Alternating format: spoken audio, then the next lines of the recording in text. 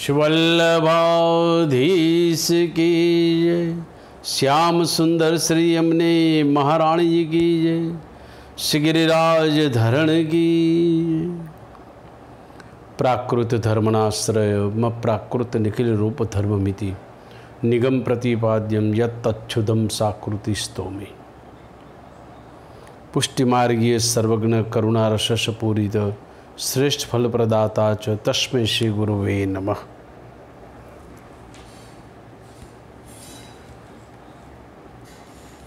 सर्व वैष्णवजन को मेरा सादर जय श्री कृष्ण। प्रिय वैष्णवजन, हमने पूर्व के सत्संग में बीजभाव रूपी कली जो हमारे भीतर में विराज रही है, यासु हमारे भीतर में हृदय को कमलवत बनाना है, इस विषय अंतर्गत श्री महाप्रभु जी की कृपा से हमने कुछ बात का चर्वण करने का प्रयास किया था।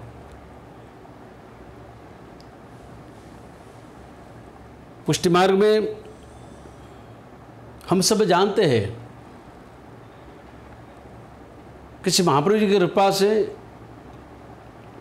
हमें ब्रह्म संबंध पायो है। श्री ठाकुर जी विराज रहे, फिर भी हमारे भीतर में जो आनंद की लहर निकलनी चाहिए, जो आनंद की मदहोशिता रहनी चाहिए, वह को हम सब में अभाव है। ये बात भी सच है कि जब हम हवेली में जाते हैं, आचार्य गुरुवर्य की हवेली में जब जाते हैं, या नाथद्वार हो, जतिपुरा हो, या अपनी बड़ौदा की हवेली हो, जहाँ भी हो, हवेली में जाते तो वहाँ एक अलौकिक आनंद और शांति का एहसास होता है। ऐसा क्यों? हम सब जानते हैं, जब भी हम हवेली में प्रवेश करते हैं, वहाँ जाने के बाद एक अलौकिक प्रकार की आनंद और शांति का हमको एहसास होता है। जब हम श्री ठाकुर जी की सन्मुखता में अपने निज गृह में अप्रस करके जब विराजते, तहाँ ताई प्रभु की प्रत्यक्षता में हमको स्नेह प्रकट होता है, पर जो आनंद और शांति वो हमको प्राप्त होती नहीं है। अन्यथा होती होगी तो जिस मात्रा में होनी चाहिए इस मात्रा में हमको एहसास नहीं होता है। ऐसा क्यों? क्योंकि जहाँ हवेली में जहाँ निधि स्वरूप विराज रहे, आचार्य गुरुदेव विराज रहे, वहाँ का जो माहौल होता है, वहाँ से जो वाइब्रेशन प्रकट होते हैं, वो वाइब्रेशन हमको ये एहसास कराता है। एक वातावरण में अलौकिक शुद्धता होती है। तो हमारे गुरु में, जहाँ हमारे यहाँ भी गोवर्धन धरण ही विराजित है, तो हमारे निज गुरु में और गुरु परिकर में ऐसी अलौकिक शांति और आनंद का एहसास नहीं होता, अभाव दिखता है।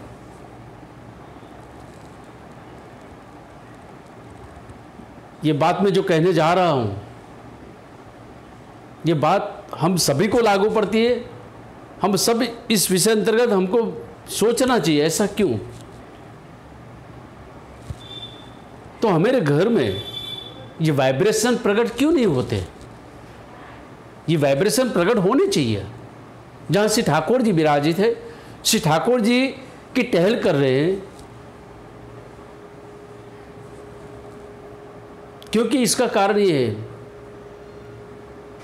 कि जहाँ हवेली में अस्खलित भगवत नाम की गुंजन रहता है, अस्खलित भगवत नाम का, चाहे कीर्तन पदावली से, चाहे दौड़ पद से, चाहे कैसेट इत्यादि से, वहाँ गैया विराजती है, पशु पक्षी विराजते हैं, तो वहाँ का वाइब्रेशन अस्खलित भगवत गुणानुवाद से भरा हुआ है, जो हमारे गुरु में यह का अभाव है। इसलिए हमको नितांत शांति और आनंद की लहर प्रकट नहीं होती। दूसरी बात, दूसरा पहलू ये भी है कि जब हम हवेली में जाते हैं तो जब प्रवेश करते हैं तो हमारे लौकिक संसार की जो कुछ बात है हम भूल जाते हैं। बस श्री ठाकुर जी का दर्शन करने जा रहे हैं, आचार्य गुरुवर्य विराज रहे, वाकई झांकी करने जा रही है। इस प्रकार की मनस्थिति हो जाती है और ऐसी मनस्थिति हमारे गुरु में होनी चाहिए, क्योंकि ये संसार क्या है? ये संसार असार है। यहाँ तो हम एक कापट्य रूप से हमको जीना है। यहाँ का ममत्व लगाव हमको नहीं चाहिए। ममत्व लगाव है इसीलिए हम अपने सांसारिक सुख सुविधा की चिंता में ग्रसित है, वहाँ से हमको मुक्त हो जाना चाहिए। जैसे 252-84 भगवती वैष्णव जो हो गए उसकी वार्ता का हम पठन करते हैं, वहाँ का जीवन का दर्शन करते हैं, तो ऐसे भगवती को श्री ठाकुर जी सानुभव जताए। श्री ठाकुर जी ने मांग मांग के आरो गए। श्री ठाकुर जी वाके संग खेलते थे, बोलते थे। तो ऐसा ये भगवती के संग होता है तो हमारे संग क्यों नहीं होता? क्योंकि ये भगवती 252-84 वैष्णव भगवती है। मैंने पूर्व के सत्संग में ये कहा कि वाक्य वंशज के अंशरूप हम भी है, मगर हमारे भीतर में जो भगवती मूर्ति है, जो भगवती हमारा जो स्वरूप है, वो उजागर नहीं होता। एक बार एक मुसाफिर रास्ते में पसार होके जा रहा था। जाते जाते वहाँ ने एक शिल्पकार को देखा। वो शिल्पकार निके भांति वो शिल्पी काम कर रहा था। वो अपने काम से, ये मुसाफिर जा रहा था, वो अपना काम निपटाने के बाद जब वापस आया तो वही शिल्पकार ने अत्यधिक सुंदर एक मूर्ति का सर्जन कर दिया था। अद्भुत मूर्ति बन गई थी। वहाँ ने बड़ाई की, प्रशंसा की वह शिल्पकार की। तब शिल्पकार ने कहा कि जगत में जो भी पत्थर है, सभी पत्थर में मूर्ति विराजमान है।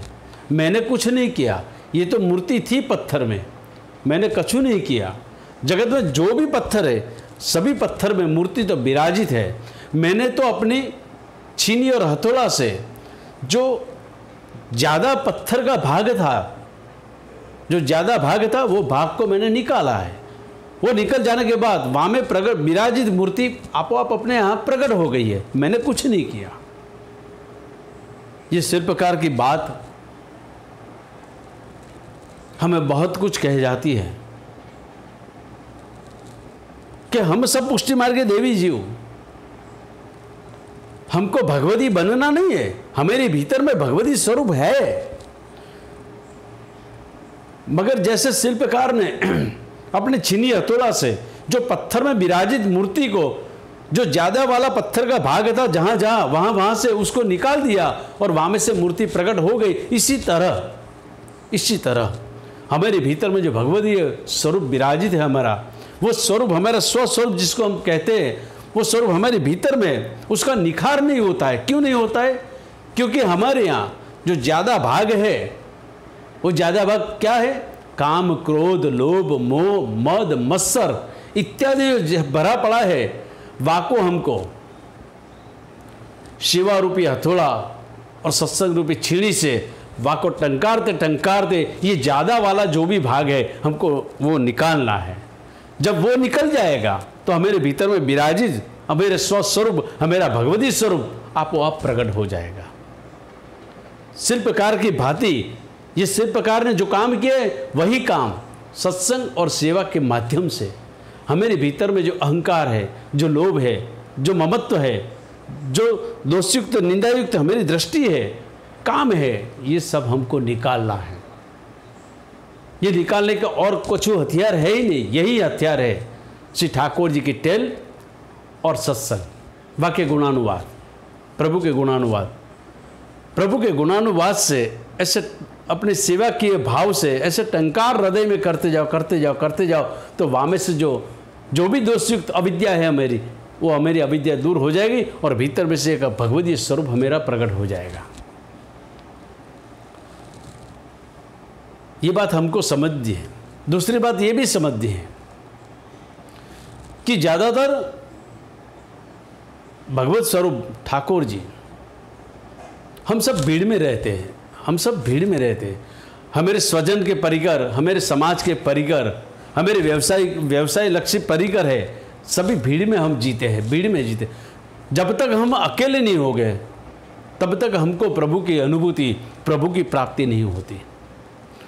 जैसे विरक्त वैष्णव की वार्ता जी में आता है, वैष्णव विरक्त हो जाता है। में एक बात याद आती है जनक वैदेही की, वैसे मेरा नाम भी जनक ही है। जनक वैदेही की बात मेरे को याद आती है। वो ऐसे राजा थे, वहाँ को पूरी दुनिया वैदेही कहते हैं, वैदेही कहते हैं। जाको देह में मोह ही नहीं है, जाको इस देह में कोई मोह ही नहीं है, वो वैदेही है। एक बार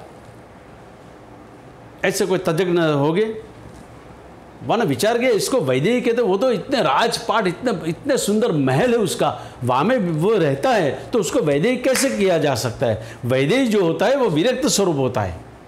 बाकी संसार से कुछ लगाव नहीं, धन दौलत से लगाव नहीं, ऐसो आराम से लगाव नहीं होता है।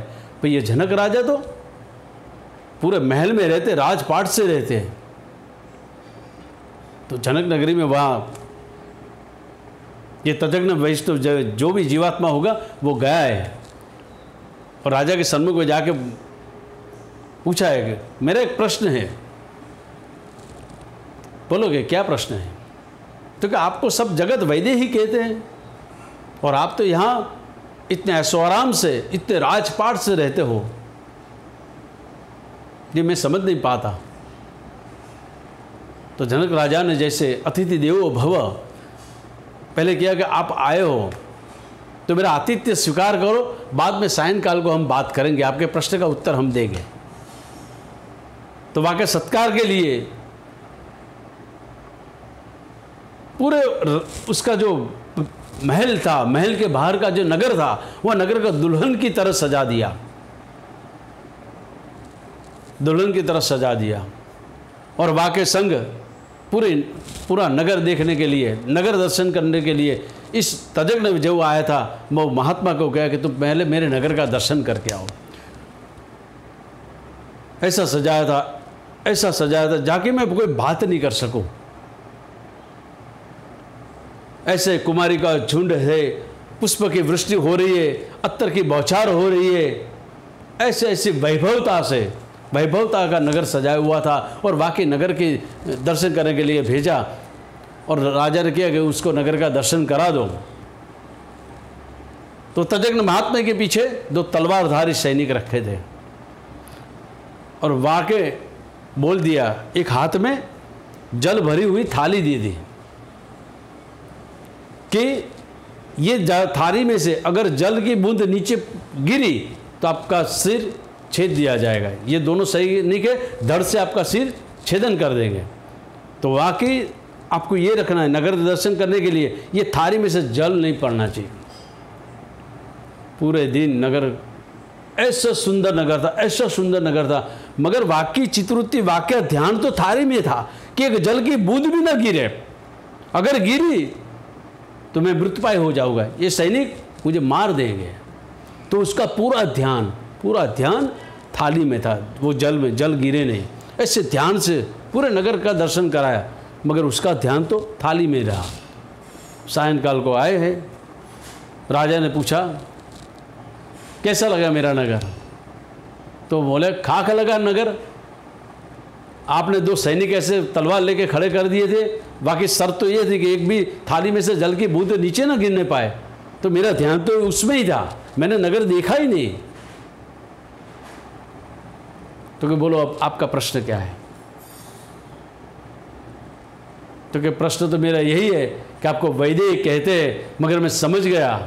तो राजा ने कहा मेरे पीछे भी काल, ये काल है ना, ये काल तलवार लेके खड़ा है, मैं ये ध्यान रखता हूँ। अगर मेरी चूक हुई तो मेरा धड़ से सिर छेदन हो जाएगा। मैं इसी तरह जीता हूँ। तो ये अनासक्त होकर हमको भी संसार में इस तरीके से जीना है। हम इकट्ठे होकर टोड़े में जी रहे हैं, और प्रभु की प्राप्ति समूह में नहीं होती है। देखो एक इसकी बात बताऊं, जब से गोपी कात्यायनी व्रत किया है, और कात्यायनी व्रत में गोपी समूह में किया है, गोपियों ने सभी समूह में किया है। जब भी गोपी प्रभु की सन्मुखता में जाती थी तो सब समूह में जाती थी, पर जब प्रभु ने वेणुनाद किया है, तब वह समय गोपी अपनी सहेली को पूछने नहीं गई, अपनी सहेली को संग करने नहीं गई है। जैसने सुना वैसे अकेली निकल गई है। और जो अकेली निकली है, अन्यथा साधना जब करते थे, प्रभु की प्राप्ति के लिए जो भी उद्यम करते थे वो समूह में करते थे। ये कात्यायनी व्रत भी इस प्रकार था, ये साधना का प्रकार है। किसी ने कहा है कि साधना समूह से होती है, मगर प्रभु की अनुभूति अकेले में होती है। तो हम अकेले नहीं हैं, हम समूह में जी रहे हैं, तो हमको अकेले जीना चाहिए। क्योंकि जब तक हमारे संगी साथी है, वहाँ से हमको अलग होना है। तो अकेले का अर्थ क्या कर सकते हैं? ये संसार छोड़ देना, ये समाज छोड़ देना।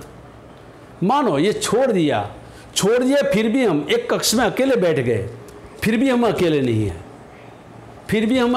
हैं, श्री ठाकुर जी विचार करे कि ये मेरा लाडीला जीवात्मा कब अकेला हो। हम सब गाते हैं ना वो गुजराती में, मने एकली जानी ने कान छेड़ी रे, अपना गईए छे। तो वाको अर्थ क्या है? जब अकेला होगा, जीवात्मा अकेला होगा तो प्रभु आएंगे खेलने के लिए, पर हम अकेले नहीं होते। श्री जी बाबा और श्री ठाकुर जी कुम्भदास से खेल रहे थे, कुम्भदास अकेले थे। जहाँ मानसी आया तो ठाकुर जी छुप गए, अकेले में प्रभु मिलते हैं। तो हम तो अलग कक्ष में भी बैठ जाएंगे, फिर भी हम अकेले नहीं हैं। ये ठाकुर जी देख रहे, ये जीवात्मा कब अकेला? क्योंकि हमारे पास हमारा संगी साथी छूटता नहीं है। और संगी साथी का अर्थ क्या होता है? जो अपने प्रिय संगी होते हैं, वाको कितना भी खराब व्यवहार करो, वाका अपमान करो, फिर भी हमारा साथ न छोड़े, वही हमारा संगी साथी होता है।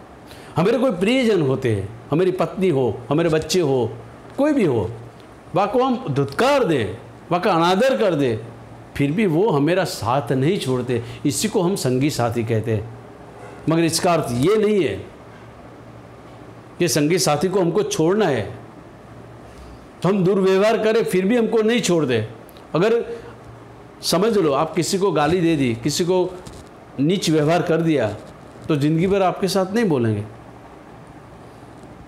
तो बराबर है, नहीं बोलना चाहिए।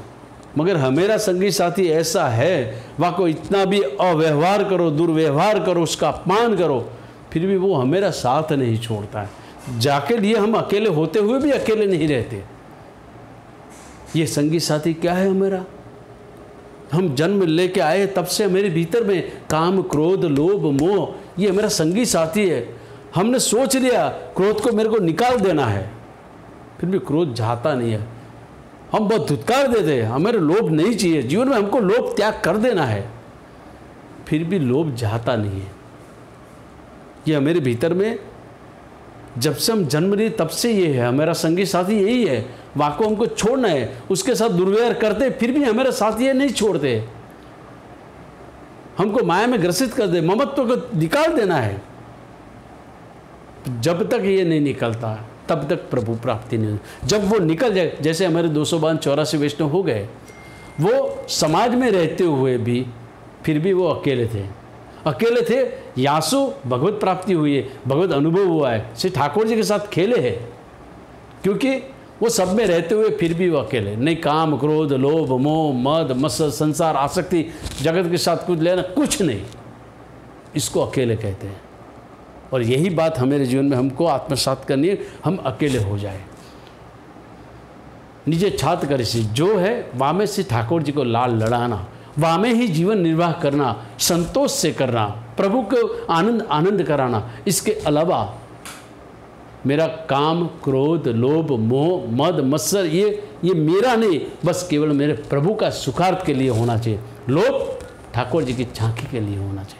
उग्र स्वभाव मेरे ठाकुर जी को परिश्रम न हो जाए, बाकी भाव के संग उग्र स्वभाव।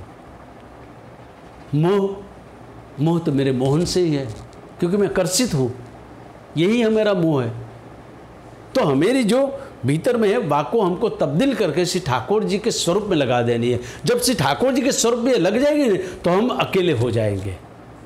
ये प्रभु में नहीं लगता, ये काम, क्रोध, लोभ ये सब प्रभु में लगा देना है। कामना कैसी चाहिए? मेरे ठाकुर जी के सुख की, मेरे ठाकुर जी को अनेक विध सामग्री से लाल और ऐसी कामना होनी चाहिए। तो इस प्रकार से हमको अकेला होना है। जब तक हम अकेले नहीं होते हैं तब तक प्रभु के सानुभव की अनुभूति जो होनी चाहिए वो हमको नहीं होती है। जैसे 282 वैष्णव को तो भगवती को हमको देखते इसको किस तरह, इसीलिए मैं बार बार कहते वाका जीवन दर्शन हमको करना चाहिए, क्योंकि वाकई जीवन के दर्शन से हम कछु वामे से प्राप्त कर सके कि हमको जीवन कैसे जीना है। हमको जीना है, संसार में जीना है, अपने घर परिकर के साथ जीना है, मगर एक दृष्टा, एक कपट रीति, देह से रहना है, मन से नहीं, हृदय से नहीं। ये पंच महाभूत का देह से रहना है। भीतर से तो मैं प्रभु का, श्री ठाकुर जी के संग, तभी मैं अकेला होऊंगा, तभी मेरे पास श्री ठाकुर जी अनुभव कराएंगे। तो इस प्रकार से जैसे अब ये एक बार श्री गोसाई जी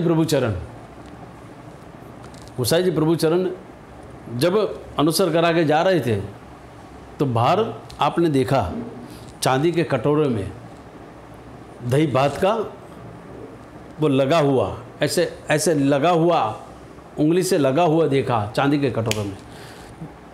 जब देखा तब श्री गोसाई जी प्रभु चरण ने श्री ठाकुर जी के सन्मुख में जाकर पूछा कि बाबा क्या लीला है, किसके पर आपने ऐसी कृपा की है? तो श्रीजी बाबा ने कहा ये उष्णकाल है, उष्णकाल में मेरे को दही भात बहुत ही मोदनीय लगता है, और जब जब भी मेरा मन करता है तब ये पेठा गांव की लच्छो है ना, ये पेठा गांव की गुजरी लच्छो वो मेरे को खिला गई, वाका मनोरथ पूर्ण किया। श्री गोसाई जी बाबा आपने किसका मनोरथ पूर्ण किया? तो पेठे गांव की गुजरी लच्छो है उसका। ता समय से रामदास भित्तेरा को श्री गोसाई जी प्रभु जी आज्ञा दी कि उष्णकाल में मैं ठाकुर जी की सामग्री में दही भात नित्य आना चाहिए। प्रभु को और बहुत प्रसन्न है। वाके बाद थोड़े दिन हो गए, एक बार वो गोपाल दास जी था, वो गोपाल दास जी दौड़ते श्री गोसाई जी के सन्मुखता में आए।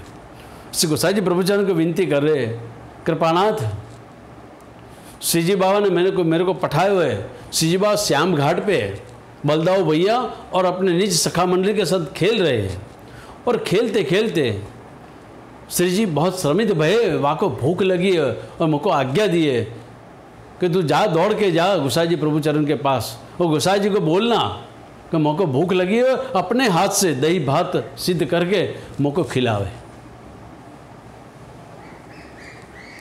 श्री गोसाई जी प्रभुचरण बहुत ही प्रसन्नता में आ गए, तुरंत आपसे ने अप्रस किए, अप्रस करने के बाद दही भात की सामग्री सिद्ध किए और एक डबरे में लेके श्री गोसाई जी प्रभुचरण श्याम घाट की ओर बढ़ते गए।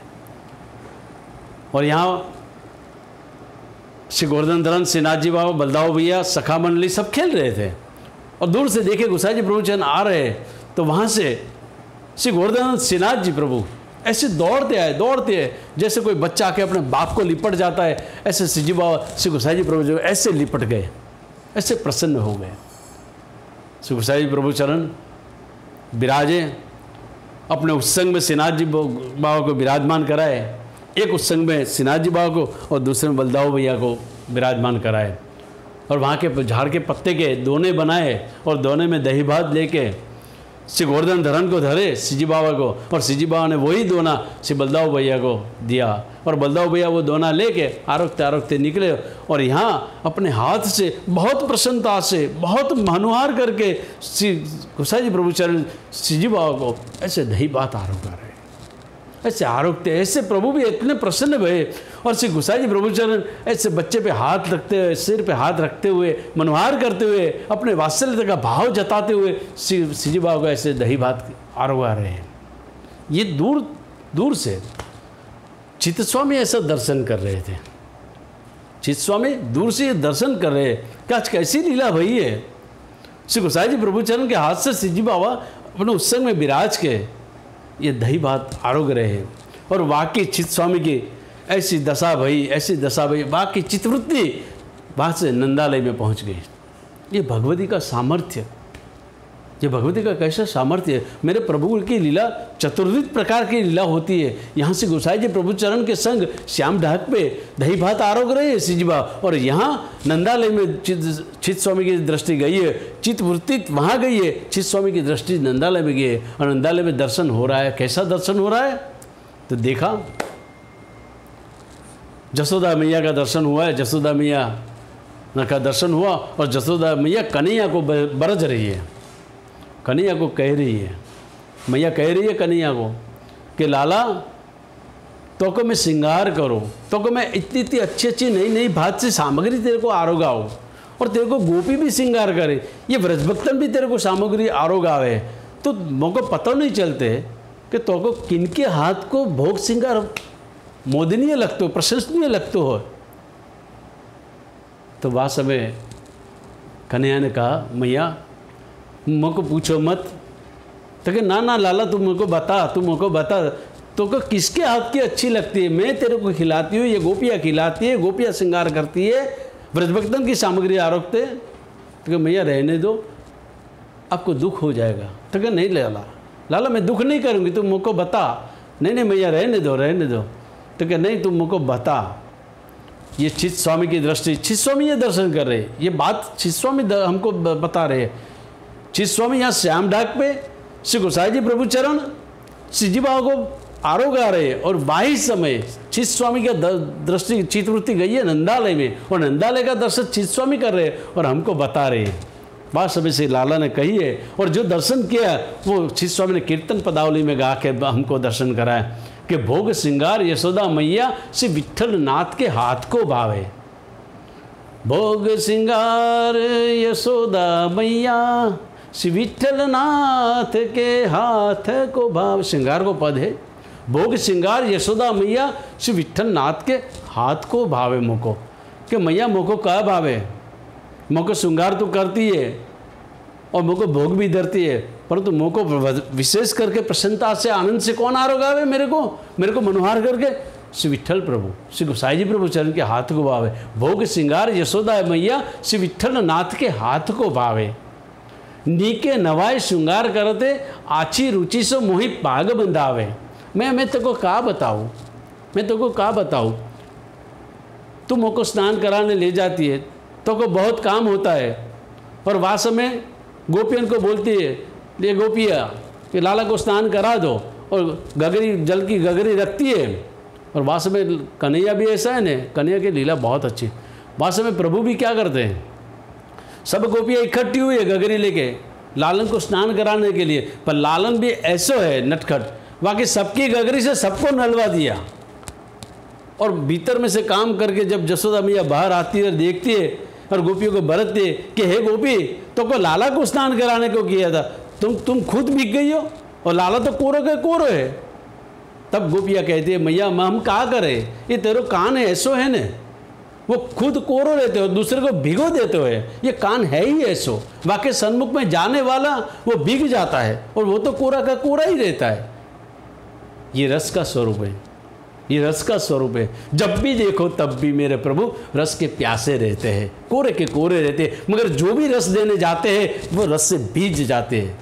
वो प्रभु को भिजाने जाते हैं मगर खुद भीजे जाते हैं वाकई रस में, और वाकई तो रस की प्यास कभी भी बुझती नहीं। ऐसे मेरे प्रभु है। तो ठाकुर जी नंदा में ऐसी लीला कर रही है। ता समय से लाला ने कहा कि मैया तू तो मेरे को ऐसे ऐसे नलाती है, स्नान मेरे को ऐसे कर। मेरे गुसाई जी प्रभु चरण तो जैसी ऋतु हो, इस प्रकार उष्णकाल हो, ज़्यादा गर्मी हो तो मों को शीतल जल से नवाए, शीतकाल चलता हो, ज़्यादा ठंड लगती हो तो मों को वहाँ में थोड़ा उष्ण जल डाल के इस प्रकार से नीके नहाए, नीके नीके भांति ऋतु अनुसार मेरे को स्नान कराते हैं। वासु मेरे को विट्ठल नाथ के हाथ को ही सब भावत है, श्रृंगार करते। श्रृंगार भी कैसे करते, या तो तू मों को श्रृंगार करती है, कभी करती है, नहीं तो गोपियाँ मेरे को करा देती है। तो मेरे विट्ठल नाथ तो कैसे कि प्रभु मों को पूछते हैं कि लाला तो को कौन सा श्रृंगार चाहिए, तब मैं कहता हूँ गुसाई जी को, काका जी मेरी राधा जी ने आज कौन से श्रृंगार धरे, कौन से वस्त्र धरे हैं, जिस प्रकार से जिस श्रृंगार, जिस प्रकार से जिस वस्त्र मेरी राधा जी ने धरे वैसे मों को श्रृंगार करना है। ता समय गुसाई जी प्रभु सखी को भेजते हैं। अपने यहाँ रीत है, शिवा श्रृंगार की रीत है। ये रीत हम जब गृह में सेवा करते हैं किस प्रकार से करते हैं, तो बाकी जो रीत बताई है, जो हमारे पास पुस्तक होता है, जा दिनन में जा उत्सव, जाओ जो ऋतु चलती हो, जो उत्सव चलता हो, जा दिनों वाकई अलग अलग प्रकार के श्रृंगार और उनके वस्त्र इत्यादि का सभी ग्रंथ अपने विराजता है।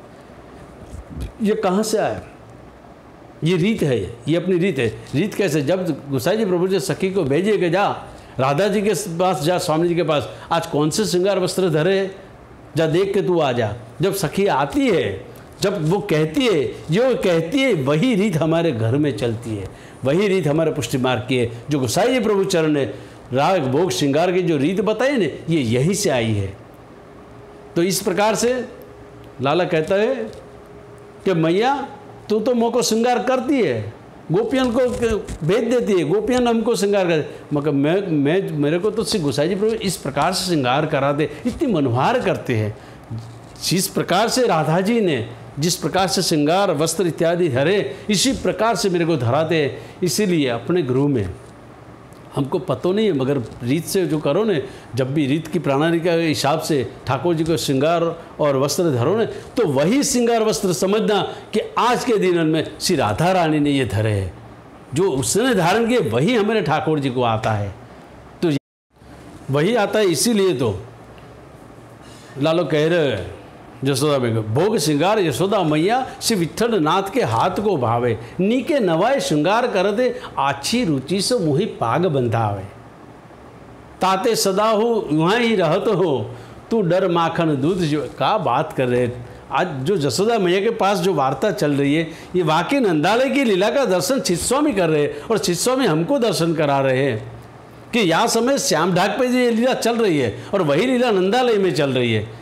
और यहाँ श्री ठाकुर जी कह रहे हैं कि गुसाई जी प्रभु चरण मोको काका जी तो इस प्रकार से मनोहार करके स्नान कराते, और श्रृंगार और साज मोको इस प्रकार से धराते हैं, और फिर क्या करते, आछी रुचि सो मोही पाग बंधावे। मोको वस्त्र इत्यादि श्रृंगार करके मोको पाग जब बंधाते हैं न, इससे मनोहार करके ऐसी बात करते करते मेरे को जो मेरे को भाती है वही पाग मोको धराते हैं।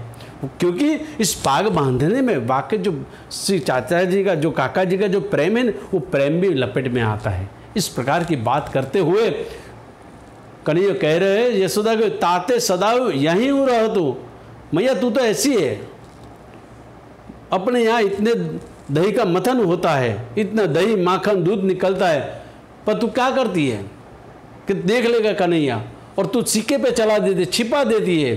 तू डर माखन दूध छिपावे, तू मेरे डर से तू माखन दूध को सिक्के पे लगा देती, तो छिपा देती है। ताते सदा हूँ यहीं हूँ रह तू।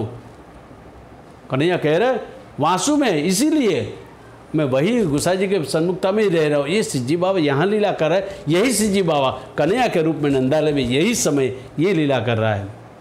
तू डर माखन दूध छिपावे, तू मेरे डर से माखन दूध छिपा देती है, सिक्के में चला देती है, कहीं कन्हैया देख न ले, कहीं कन्हैया ले न ले। तातो मोको गोपियन के घर जाना पड़ता है, भागा दौड़ी करके गोपियन के घर माखन खाने जाना पड़ता है, इसीलिए मैं यही नहीं रहता, मैं गुसाई जी के पास ही रहता हूँ। ताते सदा हूँ यही हूँ रहत हूँ, तू डर माखन दूध छिपावे। चित स्वामी गिरिधरण से विट्ठल, निरख नयना त्रय ताप नसावे। चित स्वामी जी ये दर्शन कर रहे, और ऐसे दर्शन करते करते निरख नयना, अपने नयन से निरखते त्रय ताप निशावे, त्रिविध प्रकार का ताप का शमन हो जाता है। ये त्रिविध प्रकार का ताप कौन सा होता है? ये त्रिविध प्रकार का आदि भौतिक, आध्यात्मिक, आधिदैविक, त्रिविध प्रकार के जो ताप है, ये सभी ताप का शमन हो जाता है। चित स्वामी गिरिधरन श्री विठ्ठल, निरख नयना त्रय ताप नशावे।